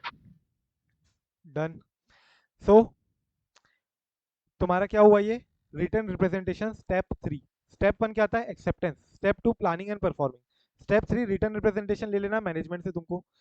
स्टेप 4 में आ जाओ, ओपिनियन प्रोवाइड करना है। तो ओपिनियन में तुम्हारे दो टाइप के ओपिनियन हो सकते हैं, या तो तुम मॉडिफाइड ओपिनियन दोगे या तो अनमॉडिफाइड ओपिनियन दोगे। साथ ही साथ तुमको एक और चीज देखना है, एम्फेसिस ऑफ मैटर पैराग्राफ भी इंक्लूड करना पड़ सकता है। अगर ऑलरेडी जो तुम्हारा यूएफआई है उसमें यूएम पैरा इंक्लूडेड होगा तो हो सकता है तुम भी यूएम पैरा इसका इंक्लूड करोगे ऑब्वियसली, राइट।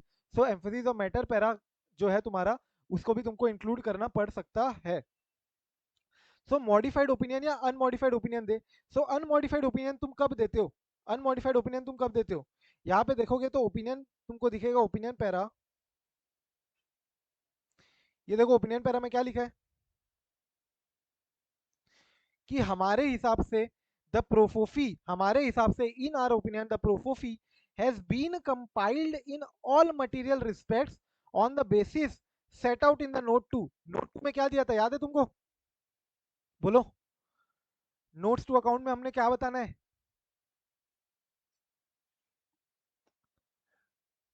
बोलो भाई। नोट टू में इन्होंने बताया था ना कि अप्लाइड क्राइटेरिया क्या है,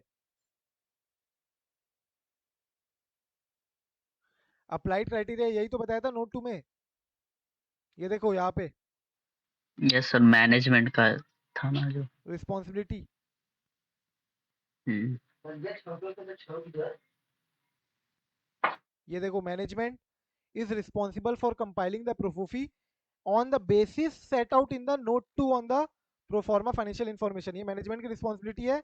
और नोट 2 में क्या दिया हुआ है, किस बेसिस में, applied criteria on the basis of which management ने प्रोफोफी बनाया है, ये हमने डिस्क्राइब कहा किया है नोट 2 में। ये तो अपन ने देखा था ना, जो सबसे पहला पैरा होगा, जो तुम्हारा रिपोर्टिंग जब चालू होगी, तो जो अपन नॉर्मली बताते हैं कि हमने ये एस के तहत काम किया है, हमने जिस कंपनी का काम किया वो कंपनी का नाम बताओगे, फाइनेंशियल स्टेटमेंट के एक एक फाइनेंशियल स्टेटमेंट का नाम बताओगे, नोट्स टू अकाउंट को भी हमने देखा है, अश्योरेंस हम किसके ऊपर दे रहे हैं ये सब बताओगे, एंड तुम इंक्लूड करते हो कि फाइनेंशियल स्टेटमेंट किस बेसिस में बने हैं, ये अप्लाइड क्राइटेरिया के बेसिस में बने हैं, जो कि हमने डिस्क्राइब किया है नोट 2 में। हमने नहीं, सॉरी, एंटिटी ने डिस्क्राइब किया है नोट 2 में। सो यही बोल रहा है यहाँ पे कि जो अप्लाइड क्राइटेरिया के हिसाब से तुम्हारा ओपिनियन देना है तुमको, कि जो प्रोफोफी है that is prepared in all material respects in accordance with your applied criteria which is described in the notes to प्रोफोफी and presented in response to the SEBI letter dated, जो अपन ने पैराग्राफ 2 में ऊपर में बताया, जो लेटर डेटेड सेबी को देना है ना प्रोफोफी, उसके कारण हम अपना जो ओपिनियन दे रहे हैं वो दे रहे हैं कि हाँ भैया सब ऑल मेटल रिस्पेक्ट्स में प्रॉपर बना है, that is this is what, this is my unmodified opinion. जो अप्लाइड क्राइटेरिया है उसके हिसाब से अगर तुम्हारा फाइनेंशियल स्टेटमेंट्स बने हैं, दैट इज प्रोफोफी जो है वो that is prepared in all material respects in accordance with applied criteria, then you will provide what, unmodified opinion. Nevertheless, you can include emphasis of matter para अगर तुम्हारे ऐसे matter already presented और disclosed है इन the notes to प्रोफोफी, जो तुम्हारे notes to account है ना proforma financial information के, उसके नोट्स में ऑलरेडी ये मैटर प्रेजेंटेड और डिस्क्लोज्ड है, और इस मैटर को एज अ प्रैक्टिशनर मेरे को लगता है कि ये मैटर जरूर जरूर मेरे को एम्फोसाइज करवाना चाहिए, तो उसको मैं emphasis of matter para, EOM matter para में इंक्लूड कर सकता हूँ, कोई दिक्कत की बात नहीं है। देखो यहाँ पे एम्फोसिस ऑफ मैटर पैरा भी फटाक से पढ़ लो एक बार, ईओएम पैराग्राफ जो अपन ऑलरेडी ऐसे 706 में देखे हुए हैं।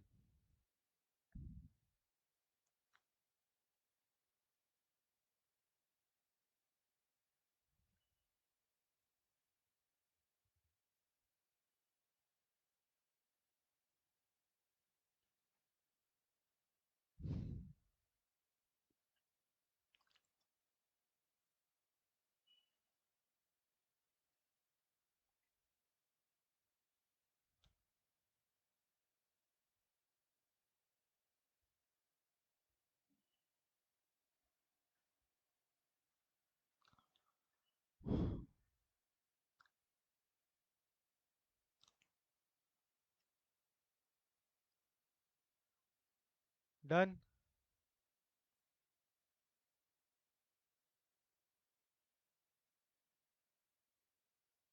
Yes,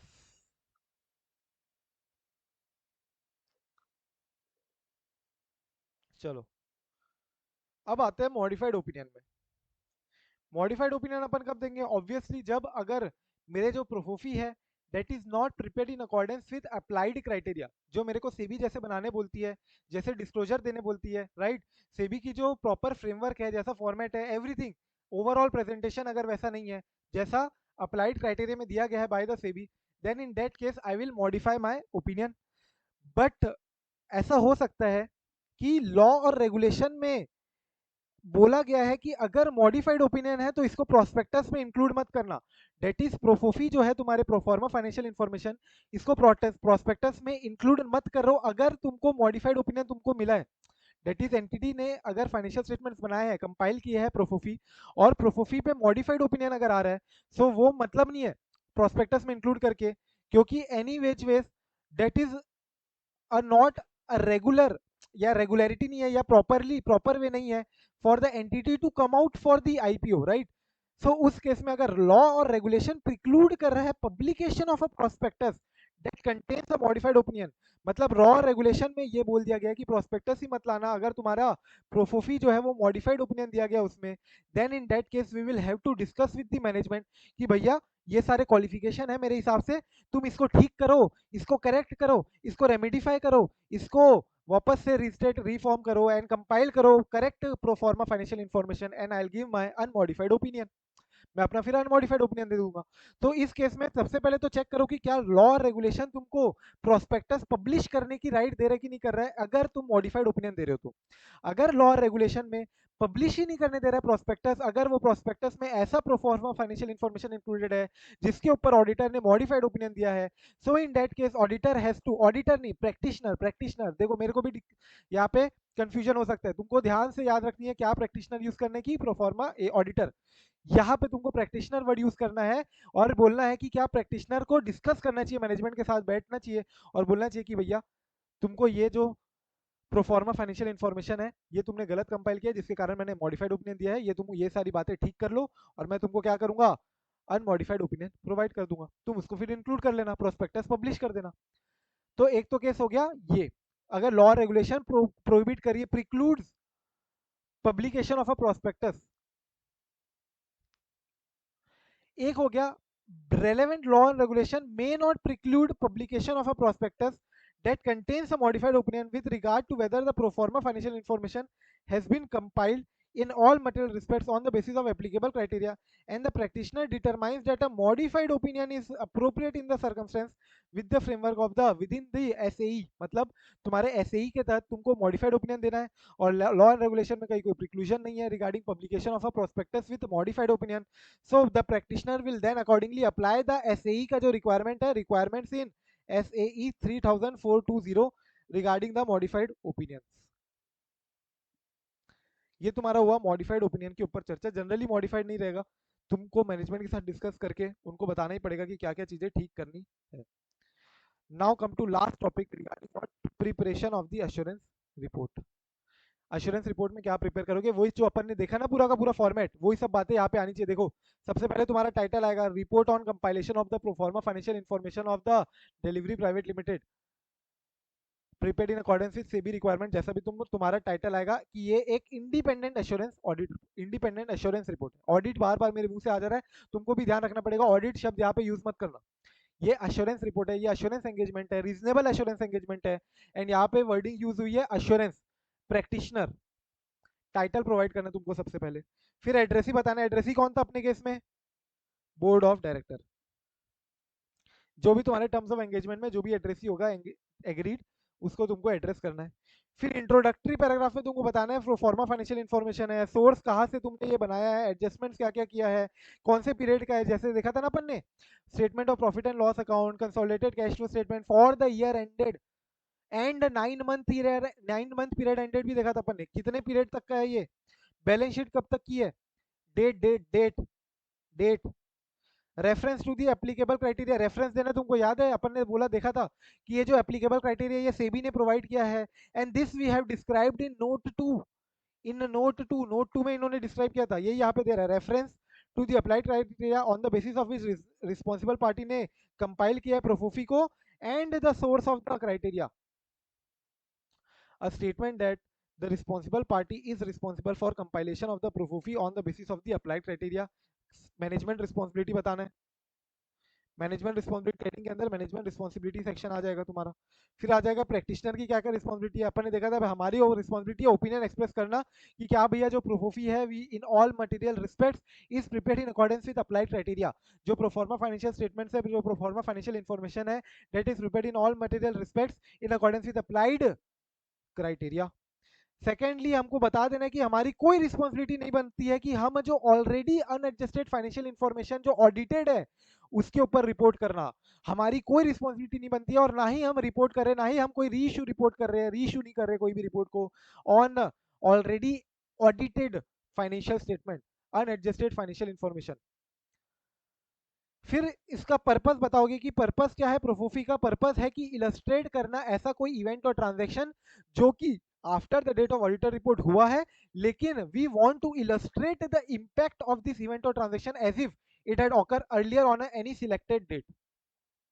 accordingly we do not provide any assurance, जो आउटकम है वो वही होगा जैसा हम दिखा रहे हैं, एक्चुअल आउटकम वैसा ही होगा जैसा हम दिखा रहे हैं, ऐसा कोई जरूरत नहीं है।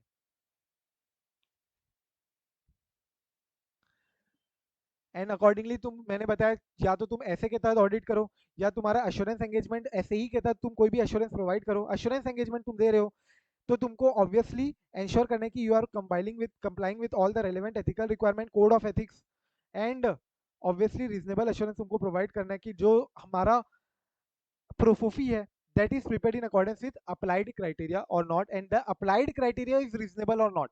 रीजनेबल एश्योरेंस हमको ये भी देखना है कि जो applied criteria that should be reasonable. देखो यहाँ पे दिया हुआ है स्टेटमेंट में जो दिया हुआ है रीजनेबल एश्योरेंस एंगेजमेंट में क्या क्या इंक्लूड होता है. Reasonable assurance engagement has been complied, sorry ये इसको तुम काट सकते हो. रीजनेबल एश्योरेंस एंगेजमेंट ये एडिशनल तो नहीं है बट शॉर्ट करने के लिए कर सकते हो. Reasonable assurance engagement involves, it involves performing all the procedure जो अपन ने ऊपर में स्टेप 2 में देखा. प्रोसीजर्स स्टेप 2 यहाँ पे मेंशन कर सकते हो जो अपन ने स्टेप 2 में देखा. performing all the procedures to assess whether the applied criteria used by the responsible party for compilation of the PROFOFI significantly illustrate or not the effect of the event or transaction as on a date earlier than the selected date to obtain relevant sufficient appropriate audit evidence on that, and whether it gives effect to those all the criteria and the PROFOFI reflects the proper application of those adjustments or not. जैसा adjustment होना चाहिए था वो वैसा वैसा adjustment हुआ है. जो सोर्स है यूएफआई का वो अप्रोप्रिएट है कि नहीं है. देखो यूएफआई अगर अप्रोप्रिएट है तो इसमें फिर बचता नहीं है. यूएफआई में मैंने क्या बताया एडजस्टमेंट्स करना है तुमको, तो तुम्हारा क्या आ जाएगा प्रोफोफी. तो एडजस्टमेंट्स के ऊपर अपने को फिर बातें करनी है कि proforma financial information reflect the proper application of those adjustments. Adjustment तुमने प्रॉपर्ली अप्लाई किया है, accordingly you are prepared your प्रोफोफी. फिर उसके बाद अपन ने ये सारे पॉइंट भी देखा था प्रैक्टिशनर के जजमेंट में. ये सारे प्रोसीजर जो परफॉर्म किया है ये सब हमने रेलेवेंट एंगेजमेंट सर्कमस्टेंसेस के तहत जैसा जैसा जजमेंट हमको लगा वैसा वैसा हमने लिया है. हमको ओवरऑल प्रेजेंटेशन के ऊपर भी बोलना है कि एज पर अप्लाइड क्राइटेरिया जो ओवरऑल प्रेजेंटेशन है that is also applied criteria के तहत ही है. Unless otherwise required by law and regulation practitioner का opinion is using one of the following phrases. या तो तुम बोलोगे has been complied in all material respects on the basis of complied criteria applied criteria, या फिर तुम बोल सकते हो कि has been properly complied on the basis which we have stated above. तो कुल मिला के तुमको अनमॉडिफाइड ओपिनियन देने का एक तरीका बता रहे हैं, लैंग्वेज प्रोवाइड कर रहा है. एंड लास्ट भी तुम सिग्नेचर प्रोवाइड करोगे अपनी डेट और प्लेस. डॉक्यूमेंटेशन तुम्हारा करना है अकॉर्डिंगली एज पर SAE 3420. यहाँ तुम्हारा स्टैंडर्ड SAE 3420 खत्म होता है. I hope it is very much clear, it makes sense. I want you to quickly go through and revise. But before that we will solve one MCQ case scenario as per SAE 3400. तुमको याद होना चाहिए SAE 3400 prospective financial information के ऊपर था. Quickly ये case study solve करो and then we will discuss the answers. खुद से एक बार सॉल्व करो फटाफट. स्टार्ट. डन डनाडन बोलो. चलो एक बार मैं स्टार्ट करता हूँ फटाफट से, अपन देखते हैं. इन्होंने प्रोस्पेक्टिव फाइनेंशियल इंफॉर्मेशन के ऊपर रिपोर्ट दी है, ड्राफ्ट रिपोर्ट दी है of Top Edge Limited in relation to companies upcoming project जो आने वाला है उसके ऊपर में उन्होंने प्रिपेयर किया. Staff member in a CA firm unfamiliar with the drafting of such report. The report has been drafted in a casual manner and may consist of some omission. या तो कुछ चीजें छोड़ दी गई है उन्होंने या तो कुछ एरर्स है. तो सबसे पहले नॉर्मल दिया हुआ है report on examination of PFI. ये टाइटल हो गया तुम्हारा, ठीक है बराबर है. ये एड्रेस ही हो गया बोर्ड ऑफ डायरेक्टर्स तुम्हारे. Now we have examined the projections of the upcoming project to come up at Ratnagiri of Top Edge Limited for the period April 23 से लेकर मार्च 2030 तक. अप्रैल 23 से लोग चालू करने वाले कोई प्रोजेक्ट जो कि मार्च 2030 तक चलेगा. 7 साल 8 साल चलेगा ये. As given in the PFI from page 1 से लेकर पेज 250 तक. ये अपन ने देखा था ना पीएफआई के केस में तुमको पेज का रेफरेंस देना पड़ता है कि प्रोस्पेक्टिव फाइनेंशियल इन्फॉर्मेशन कहाँ से लेकर कहाँ तक इंक्लूडेड है. एज पर एसएई कौन सा एसएई के तहत तुमने किया है ये भी तुमको बताना पड़ता है. ये सब वही सारी बातें हैं. The examination of PFI issued by ICAI. The preparation and presentation of the projection is the responsibility of management. Obviously जो preparation है and presentation है, जो projections है, ये कौन करता है? मैनेजमेंट करती है. and has been approved by the board of directors of the company. अपनी क्या responsibility बनती है? Our responsibility is to examine the evidence supporting the assumptions and other information in the PFI. The projection has been prepared using a set of assumptions that include hypothetical assumptions, about future events and management action that are not necessarily expected to occur. लेकिन क्या ये assumptions लेना, ये जो assumptions लेना पड़ता है, वो assumption लेना क्या हमारी responsibility है क्या? नहीं, हमको एविडेंस गैदर करने कि क्या जो अजम्पशन लिया है जिसके बेसिस में तुम्हारे प्रोस्पेक्टिव फाइनेंशियल इंफॉर्मेशन पीएफआई बना है वो सही है कि नहीं है. अजम्पशन वो सही की बात नहीं है, वो रीजनेबल है कि नहीं है. The assumption has to be reasonable. Now we have carried out our examination of the PFI thoroughly, and in our opinion the projection is properly prepared on the basis of assumption as set out in the note 1 to note 50. जो projection है जो हमने note 1 से note 50 और page 1 से लेकर page 250 में financial statement जो कवर्ड है उसमें नोट 1 से लेकर नोट 50 भी कवर्ड है तुम्हारे पीएफआई के ऊपर, and that is consistent with the historical financial statement. तो as an auditor we are opining on what कि जो हिस्टोरिकल फाइनेंशियल स्टेटमेंट में जो ट्रेंड चल रहा था उसके बेसिस में ही एंटिटी ने पेज 1 से लेकर 250 में जो प्रोस्पेक्टिव फाइनेंशियल इंफॉर्मेशन डाले हैं, that is motamati in compliance with that, in compliance with applied criteria, in compliance with, in consistent with the historical financial statements. Even if the events anticipated under the hypothetical assumption described above occur, अपन ने ये बात देखा था कि अगर event हो भी जाते हैं, अगर इवेंट ऑकर जैसा हमने सोचा था वैसा हो भी जाते हैं, स्टिल जरूरी नहीं है कि जो इवेंट का जो रिजल्ट आए वो जो हमने रिजल्ट सोचा है वैसा सेम हो. मटेरियल वेरिएशन जरूर जरूर हो सकता है. या तो हो सकता है कि जो हमने इवेंट सोचा है वो इवेंट ही ना हो, और जो हमने इवेंट सोचा है वो इवेंट हो भी गया, बट उसका जो इम्पैक्ट है, जो सिग्निफिकेंस इफेक्ट है, वो उतना ही आएगा जैसा हमने जितना एक्सपेक्ट किया था, अज्यूम किया था वैसा ही आएगा, जरूरी नहीं है. ये तुमको क्लियरली बता देना है. और मैंने बताया था तुमको ऐसे ही 3400 में अपन पॉजिटिव देते कि नेगेटिव, पॉजिटिव एश्योरेंस देते कि नेगेटिव एश्योरेंस, बोलो भाई. अभी तो कंसीडर, अभी तो डिस्कस किए थे.